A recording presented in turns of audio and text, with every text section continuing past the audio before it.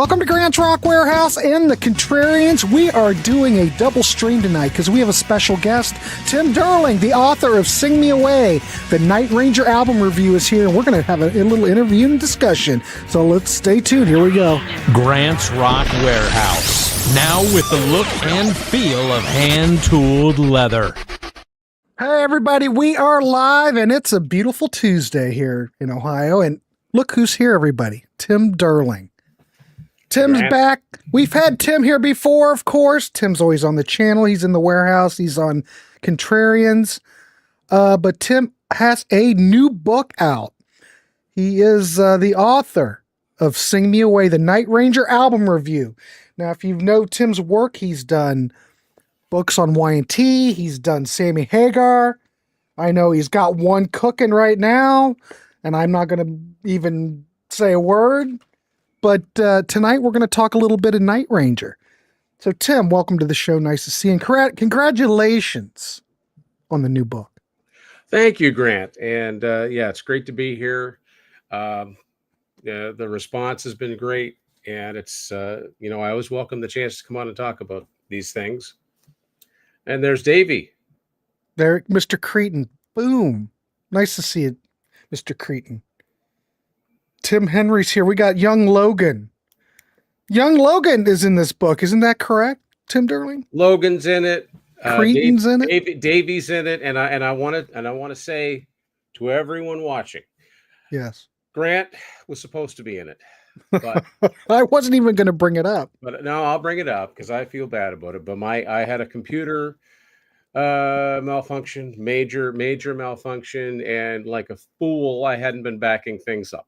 So I lost our conversation. So, but we'll make up for it in books to come.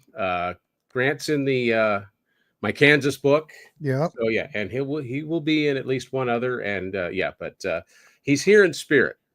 So that's right. There's Mike Ladano, and Mike's in this too.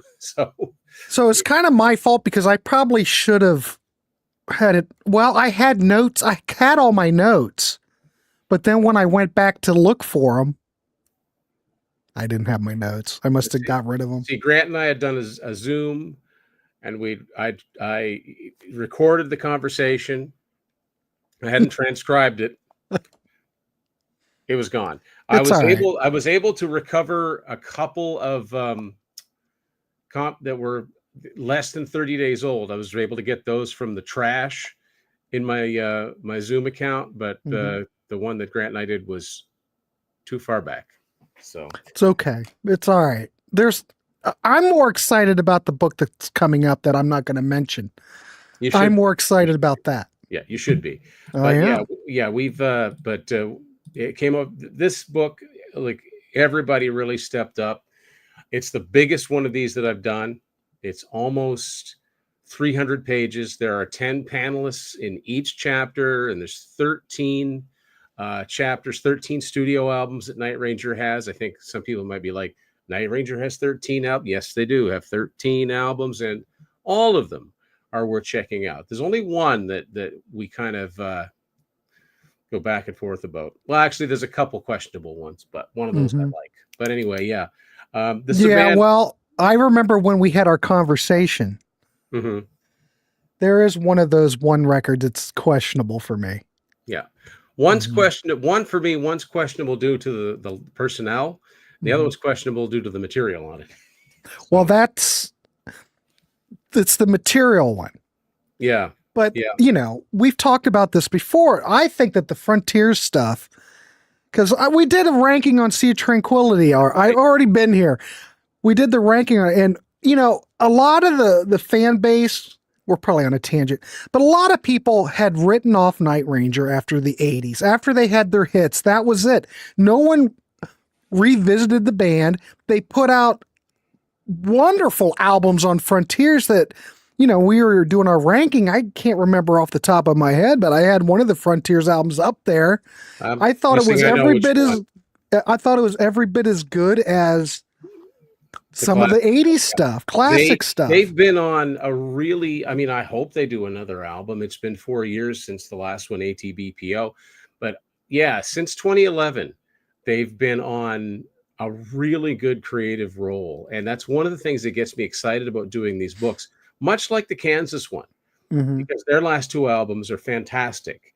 And the Night Ranger, the recent Night Ranger albums have been really, really consistently good. And like the Y&T, to my knowledge, there's never been a book on Night Ranger. I mean, Night Ranger have sold millions of albums. They've had all kinds of top 40 hits. Yes, it's funny you should mention that. I just nicely got the pair of these. We're going off. We're going off script here. We go off script a lot, but you know what? Well, you know. It was brought up to my attention. Oh, that's not Y&T. This is, though. I got a big stack here, Tim, so it's hard for me to maneuver. It was brought up to me, and I swear this was a coincidence, but somebody said, with the exception of Kansas, every band, every artist I've done a book on so far has been like a San Francisco Bay Area based, Sammy Hagar, Y&T, Night Ranger. I didn't plan it. It's just something in the water, man. There's a lot of great music came out of that area, and a lot of other great artists too. But yeah, I don't think there's ever been a book on Night Ranger, which, in the case of Y&T, I guess I'm not surprised, because they were, they're such a band that has such a cult following. But Night Ranger had a lot of hits. They had gold albums, they had platinum albums. They have a couple of songs that are, yes. Yeah, Grant's distracted me with the Y&T CDs. Well, I just recently got into it. But I have to go and eat my pizza, but just buy the book and support the community. Thank you, Mike. Go eat your pizza. Ladano's always ruled by food, ladies and gentlemen. Listen, I understand. If I had pizza waiting for me, I'd be distracted. But Tim, yes, you know what? There's a journey book that I had germinating, and I can't think of anything. There's a journey book that's germinating, but I need more content. And I'll leave it at that. That's not something I'm working on, but I do have a rough draft of something. But that would be another Bay Area band. Mike is having pizza in motion, says Logan. But yeah, I would say to anybody that was a fan of, Dawn Patrol, Midnight Madness, Seven Wishes, check out Somewhere in California. Check out High Road. Check out Don't Let Up, ATBPO. They've never really done an out and out bad album. The two albums that people, if they know the band at all, a lot of people will point to Feeding Off the Mojo in 1995 and say, well, that's not really Night Ranger. It's a great record, though. It's not really Night Ranger because Jack Blades isn't on it, but I like it. I think it's a good album. Kelly Keikie's still on. You still got half of the vocal, the sound, and there's some fantastic songs on there. Yeah, it's different. Gary Moon is Gary Moon's great. Gary Moon's got more of like a Tom Kiefer, raspy voice, but on that album it works. Well, the thing is with that record, they had him in there. Jack's what? He's out playing Damn Yankees, or he's doing Shaw Blades. I can't remember. Yeah, Night Ranger was it. Brad and Kelly, I guess, had the name, and they did an album. But that's one that one is such an outlier that's not even considered. Well, they don't consider it. They don't consider it Night Ranger. I do. 7 is actually their 8th album. The other one is Hole in the Sun, which is the only album. That's the one I have a problem with. The only album that they put out in the first decade of the 2000s. Like, it was a long stretch between albums. And when it came out, I didn't care for it. And revisiting it, which I had to revisit for doing the book, I got to listen to all the albums. Mm-hmm. And when I hear that album, it just sounds like they're angry and they're not sure what to do. There's a few songs on it that I kind of like, but there are no, there's no keepers. Tim, all of my books are available through Amazon, wherever it is that you live. So you go to whatever your local Amazon is, type in my name, Tim Durling, and you'll see all 5 of my books. Thank you very much. And Tim Henry, down below on this page in the description, I put the link to this book. So everybody go check it out. If you're in the UK, get it through Amazon, .uk or Australia or wherever. I've sold books to folks all over the world. So, they usually only take a couple of days to get to you. So I do have a question because we know you've done Y&T, you've done Sammy Hagar, Yep. Kansas, blah, blah, blah. What made you decide to, what was it about Night Ranger you decided to tackle this band? I mean, is there a methodology to your process and what you decide you want to tackle, or is it just what you feel at the moment? Kind of. I look around and I look at bands that I'm not sure how I look around and see if there are books on a band, first thing. And then I look to see what kind of book they are. And I've yet to come across one where it's going, well, that's kind of what I wanted to do. I'll just buy that book and read it and enjoy it as a fan. And I like to, much like we do with the Contrarians and much like you do with Grant's Rock Warehouse, we want to turn people on to music they either haven't heard before, or maybe they think they know a little bit about the band. Thank you, John the Music Nut. John the Music Nut, ladies and gentlemen. John the Music Nut in the house. And a lot of people, when they think Night Ranger, if they know them at all, well, they know Sister Christian, maybe they know Sentimental Street, or You Can Still Rock in America. They know the 80s stuff, basically. Right. And they know stuff from, basically 2 or 3 albums. I want people to know that they have a lot more to offer than that. And their recent albums are just as strong as anything that they put out in the 80s, particularly Somewhere in California, which is the 2011 album. I'd stack that album up to, I've said this so many times. If Night Ranger hadn't broken up in 1989 and they put another album out, and Somewhere in California could have been that album. It's so very classic sounding Night Ranger. And it's one of the few cases where if somebody wanted to listen to a Night Ranger album, it's one of the few cases where I would give a more recent album and say, listen to that. That's Night Ranger. That's them to a T. There's nothing on there where you can say, well, that doesn't really sound like classic Night Ranger. No, it all does. But it's new songs and it's revitalized. And there's so many things about this band. The fact that Jack Blades and Kelly Kagi still sing really well. The 2 singers in the band, they're still in. You've got 3/5 of the classic lineup intact. They're still touring and they sound great live. And like I said, there's never been a book about them. And I think every classic band should be honored in this way with a book, because you can look things up online, but it's sure nice to have everything in one spot. And I also... You know what I do want to say before, I don't want to interrupt, but you have a great point, Tim, because what I want to say is that you've done this work, you've created this book. Well, you created with a lot of input, but everyone's been involved in this book, but you've done it while the band is still in existence. We're not doing a book like after the band is long and gone. This band is still this is a legacy band, still putting out great stuff. So this is just like a salute to the band to some degree. And it's nice that you're doing it while the band is still, in existence, as opposed to looking back. You know? Well, another thing is, Brian wanted to know too about the bands I select. I have to like the band. I have to really like the band. I have to know I have to know a fair bit about them and be kind of a real deep music nerd when it comes to a particular band.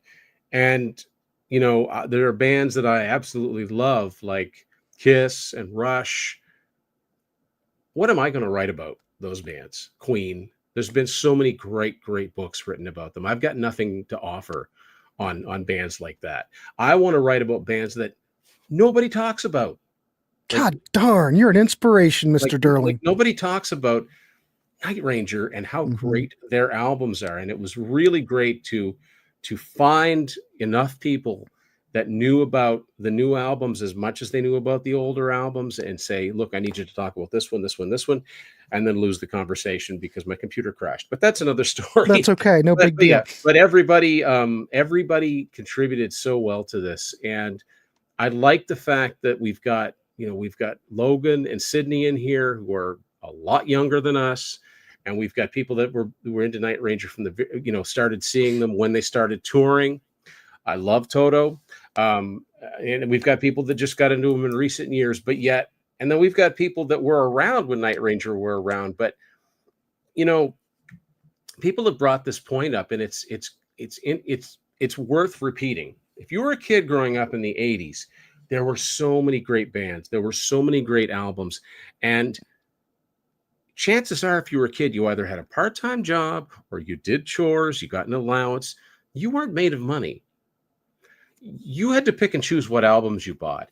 And unfortunately, Night Ranger are one of those bands that there was nothing provocative or sensationalized about their image. They just made really good music. But oftentimes bands, good bands, but had more of a personality in the press and got written about more. Maybe had a different look. You buy those, look at the album sales kind of speak for themselves. Night Ranger did all right. I think they should have sold a heck of a lot more albums than they did. Also, they were on MCA Records, and how many discussions has there been about the Music Cemetery of America not being the optimum label for a band? I'm getting an echo all of a sudden. I don't know. I don't hear anything. Okay, it just started. Okay, all right, cool. I think it's just the space-time continuum issue. What it is. It's the Borg is taking over. The Borg, yeah. So it was a foregone conclusion that I was probably going to do a Night Ranger book sooner or later. Y&T was always going to be the first band I wrote about because they're one of my favorite bands, and I've always been baffled as to why they aren't superstars. Kansas, I love that band so much. They should have been bigger than they were, even though they did quite well. I'd never seen a book written about Sammy Hagar's solo, just his solo stuff. So those kind of purposes would drive along it. But Night Ranger just came along when it's like I just found myself listening to a lot of those recent albums and thinking, okay, I can come up with enough questions for this band, no problem, and come out with a book. I didn't know I was going to have this many contributors, but once it got going, once I started building the momentum, it became pretty apparent that I said, I'm going to try to have 10 panelists per chapter. That's the most I've ever had per chapter, and that's why it's such a substantial read. Yeah. So I'm assuming, since you have such a love for this band and Y&T, that when you're really doing this, it's probably more of a labor of love than, actually work when you're doing this, isn't it? Or how do you look at it? Is it work or? It is. It's absolutely a labor of love. Mm-hmm. It's absolutely labor of love. Far and away, the worst part of the entire process is the proofreading. I got a good friend, Bud Campbell, that does the proofreading for me, and he knocks it out of the park, and he finds things that I would never see in a million years, even though I'm looking right at it. But because I wrote it, I don't see it. I know what it's supposed to say. Mm-hmm. And because this was a longer book, that was such a long process. And I kept thinking, is this ever going to come out? But that's why, because it's a longer book. But no, getting the questions together, that's fun. Because I'm asking questions, I'm putting statements out there that I myself would like to have the chance to speak to. I'm putting out there, songs that nobody ever talks about. Nobody ever talks about Play Rough. Nobody ever talks about Faces or Better Let It Go or these album tracks, right? That part of it's fun. There is work involved, yes, but yeah, it's very rewarding when you see the result, and you get Phil Aston to write we should talk about Phil for a second. Yeah, I'm very fortunate. Phil's a great supporter, and I was on his channel to talk about the Sammy book. And so after we had that conversation, I think he must have mentioned Night Ranger at one time anyway. I asked him if he'd be interested in doing a forward, and he did, came through with that. I also had a great conversation with Sean Kelly, guitarist from Coney Hatch, Lee Aaron, he was in Helix, great Canadian guitar player. And we do a chapter called It's Like the Sound of Electric Guitars. And he talks about Brad Gillis and Jeff Watson and Kerry Kelly and Joel Hoekstra. And we can talk about Reb Beach a little bit, because if people may forget, Reb Beach was very, very, very briefly a Night Ranger for one tour after Jeff Watson left. But so he talked about the differences in their guitar playing. And he brought up the point when the 80s, you couldn't just buy everything. You couldn't just listen to everything. One of my favorite stories that he told was the fact that he saw the tablature the guitar tablature for Don't Tell Me You Love Me in a guitar magazine Mm-hmm. before he'd heard the song. So he was just learning how to play guitar, and it got to the solo section. He was like, look at all those notes. Mm-hmm. So it's pretty cool when you hear those stories, and people, younger people, the young whippersnappers like Logan and Sydney. I try to tell them, like, you don't know what it was like before the internet. But really, They don't. when you didn't have just instant access to music, that song sounds interesting, I want to go listen to it. No, if you couldn't afford it, or a buddy didn't have it, or a cousin didn't have it, you weren't hearing it. Right. You had to wait. And you didn't always know that, oh, okay, well, this guy also played in that band, or this song was co-written with this band, and that kind of thing. But one thing about it, the stuff that I remember learning by trial and error, by buying the albums, by combing through the liner notes, that's never left up here. That's ingrained. Mm-hmm. So, but I think it's, the internet is the internet. It's instantly accessible, but there's a lot of crap out there. If people really want to know what albums Night Ranger have, what songs are on them, this is a nice handy guide. And by reading through the panelists, I think it gives you a pretty good idea, if you've never heard it before, what kind of albums they are. Right. 100%. But it's great. It's a wonderful thing you've done for Night Ranger. I've always wondered, do you think that back in the day that okay, you've had two blazing guitar players. They could have been in a full tilt metal band and they would have just tore your face off. But then they're actually in a band that's more of a, I guess, Night Ranger, it's kind of hard to categorize because they were really their own category in themselves. Absolutely. Because they were there. I mean, if you tweaked Night Ranger a little bit, and I've said this even more, you could have them be a power pop band, because it was a fine line between hard rock and pop rock. And no one really had done anything quite like that to the success that Night Ranger did. But do you think, had they picked like a lane, and went more metal or went more pop, that would have been something that could have helped their career? Or do you think it might have helped their career, but I don't think they would have been as good. They really do have their own lane. I've always considered them somewhere in between hard rock and just rock, in the old school definition, because they weren't Def Leppard, they weren't Van Halen, they weren't Whitesnake, but they weren't Journey, they weren't REO or Foreigner. They were somewhere in between. And yeah, I've talked about this a lot lately, because people always mention the fact that, as far as I know, Night Ranger always had a lot of cred with the metal guys, with the metalheads, because you had Brad Gillis and Jeff Watson, who were always in the guitar magazines and usually pictured together. A lot of people, once you've been in Ozzy's band, you're like set for life kind of thing, as far as you've been anointed, right? Yeah. Look how excited people got last weekend when they saw Jakey Lee again. Jakey Lee played on two Ozzy albums. But when people, what is Jakey Lee known for? Yeah, you're going to get some people that say Badlands or Red Dragon Cartel. Like, oh, he was with Ozzy. Brad Gillis did that one tour with Ozzy after Randy Rhoads died and did the Speak of the Devil record. But it's almost like he's got people that liked Ozzy followed what all those guitar players did. Well, I remember, Tim, back in the day when that went on, when he was the guitar player, that was a big deal that he was playing for Ozzy. He was stepping into Randy Rhoads' shoes. I mean, that was, and he had the offer, he had the chance to make that, permanent, but he had the chance to take that gig. But Night Ranger had already started. They were already working on what became Dawn Patrol. And he said, I got my own thing going. So oddly enough, the same thing happened to Dave Meniketti. Y&T had already been going, but it's funny that two bands I've written about have been in that situation. So, but Night Ranger, they occupy this interesting space. You're right.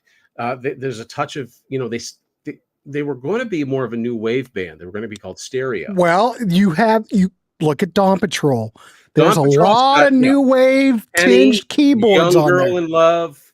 Those are practically power pop songs. I mean, they're really, really lively and they're very radio friendly. But I like the fact that they had just this unique blend. They could rock pretty much as hard as anyone at the time, but they had this melodic sense that ran through everything. Does it matter if it's a heavy song like Eddie's Coming Out Tonight or Play Rough? There are melodies. And one of the things I really like about the band, and usually it's Jack Blade's writing, but I love his lyrics. His lyrics are generally positive, and he's a great storyteller. He tells these little mini stories in 3-4 minutes, very evocative. And he's only gotten better at that over the years. Like, he's really good at putting lyrics together. They're not your typical lyrics. He'll throw things in. He'll throw street names in, or he'll throw place names in that really they don't take away from the song, but they're not in every song. I mean, heard you died last night at Conte Razor's Cafe. How many top 10 songs have that line in them? I have one that I can think of. You know, he lives a tenderloin life, like just different things like that, right? So, you know, there's so many things that I love about that band, and it just there needs to be a book about them. So I guess and here it is. I did it. Well, with a lot of help. Well, yeah, and I think it's wonderful. Keep up the good work, Tim. And you know, everyone watching this, please go out and purchase a copy. The link, like I said, is down below. Also, you could look up Tim Durling on Amazon and find it that way. But yeah, the link is down below here. So, but I would ask what's coming along, but I'm not going to say a word. I'm just saying that something's good. I'm just going to say I've got 3 books that are in various stages of maybe not completion, but I am, you know, working on them. These things take a few months to come to fruition, but I'm always working on something, because when I was promoting the Sammy Hagar book, I was knee deep in working on this one. And it's funny because a lot of times when you're doing stuff like that, there's a lot of crossover, especially when you've got bands that all came around the same time and from the same area. They cross paths. So you're going to come across some of the same personnel. For example, Alan Fitzgerald, you know, Night Ranger's longtime keyboard player. He replaced Bill Church on the second Montrose album. And then he was in Sammy Hagar's band with Bill Church for a few years. Then he was in Ronnie Montrose in Gamma very briefly. And then eventually he became Eddie Van Halen's guitar tech. Well, so he's shown up in 2 of my books now. I didn't realize that he was Eddie Van Halen's guitar. What is he doing? He's like all over the place. I'll show you. I just did an episode on my tour books, and if you hang on a second, let me dig Yeah, this go up. ahead. You're good. But I had no idea that he was Eddie's guitar tech. Well, hold on. That's probably a better gig, I guess. Well, I'm trying to think if I saw him play with. Remind me, what did Alan play on Street Machine? I can't remember what lineup was on tour. So, I don't think so. By then, he was probably with Gamma. Okay. He would have been like the Red Album, Musical Chairs. That would have been his. Oh man, I can't find it. That's not it. That's no big deal. Well, basically, what I was. I like interviewing you with you in this position. It's like, where is Here we go. I found it. Okay, go ahead. So this is the one time I saw Van Halen, was on the Balance tour in '95. And so this page is all the personnel. Yeah. Here, I'll make it big. Up here, let me see. I get it backwards here. Go ahead. Where are we? Oh, gotta be over here. You see that? Alan Fitzgerald. Yeah. And I remember buying this tour book and going, well, that's Fitz from Night Ranger. But obviously he goes way back with Sammy, right? But I didn't know this until I talked to Eric from Booked on Rock. He's actually credited, I listened to it once. He's on that Tokyo Dome album they did in 2015 with Dave. So he was with Eddie for a long, long time. Hey, Hack, I'm going to be on Hack's show Thursday night. And Brian, I've written 5 books. My first book was called Unspooled, an Adventure in 8 Tracks, which is a wacky, fun coffee table book. Then I'm looking at my copy right now. I see it right in front of me. And every other book after that has been on one. So there's Y&T, that's called Down for the Count. Then Let It Be Your Guide, the Kansas album review, Red on Black, Listener's Guide to Sammy Hagar, and now Sing Me Away, the Night Ranger album review. Thank you for asking. Put my mess away here. That's all right. I'm all in a sweat. Well, it's hard work finding all that stuff. Well, especially when you put it away, like I won't be needing those again for a while. But yeah, it was just really interesting to see. And I think that at one point, well, I know that at one point, I think in the early 2000s, Fitz was playing with Springsteen.